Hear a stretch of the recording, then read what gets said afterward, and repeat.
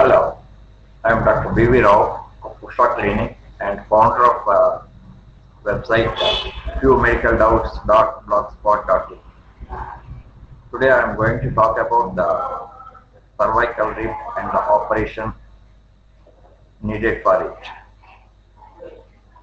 The human body contains 12 pairs of ribs, 12 on each side, attached to the 12 thoracic vertebrae. The cervical rib, that is the 13th rib, attached to the 7th cervical vertebra. The presence of cervical rib alone is not the indication for the excision. Though it produces symptoms, an attempt should be made to relieve symptoms of exercise,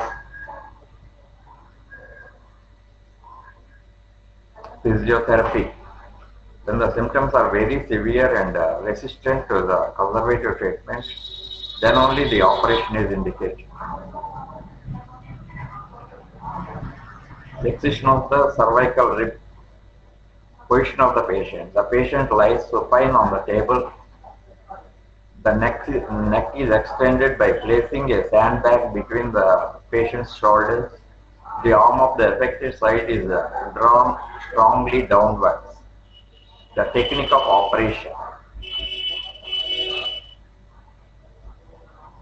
Incision. Incision is made 1 inch above the clavicle, starting in front of the clavicular attachment or sternomastoid muscle to the anterior border of the trapezius behind. After incision, the skin, superficial tissue and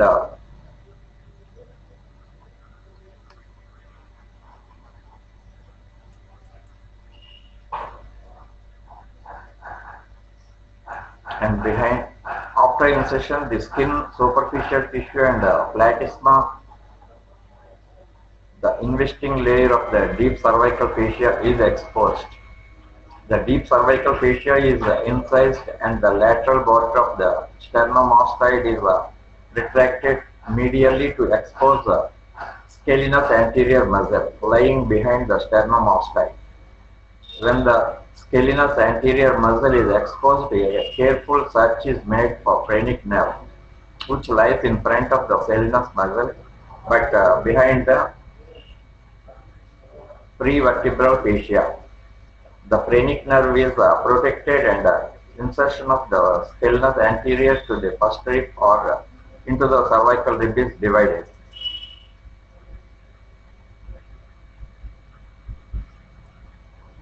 The knife edge is kept against the bone so that the subclavian artery is not injured.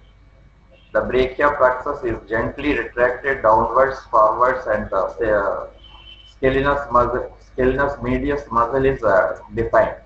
The fibers of this muscle inserted into the cervical rib are also divided. The cervical rib is cleared of all attachments and the flora must be safeguarded.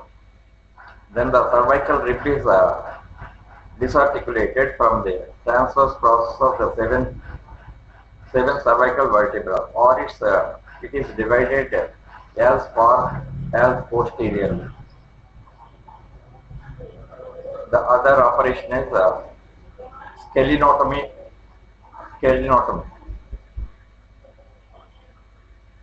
Position of the patient. The patient is made to lie supine on the operation table and the neck is extended by placing sandbags between the patient's shoulders.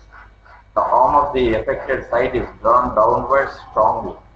Technique. Incision. The incision is made on 1 inch above the clavicle, starting in front of the clavicular attachment of the sternomastoid muscle to the anterior border of the trapezius behind. When the scalenus anterior muscle is exposed, the phrenic nerve is protected and the insertion of the scalenus anterior muscle is divided from the first rib. If the nerve tract appears to be stretched over the medial tendinous fibers of the scalenus media, these fibers are also should be divided. That is all about the cervical rib. In the next article, we'll discuss about something else. Thank you.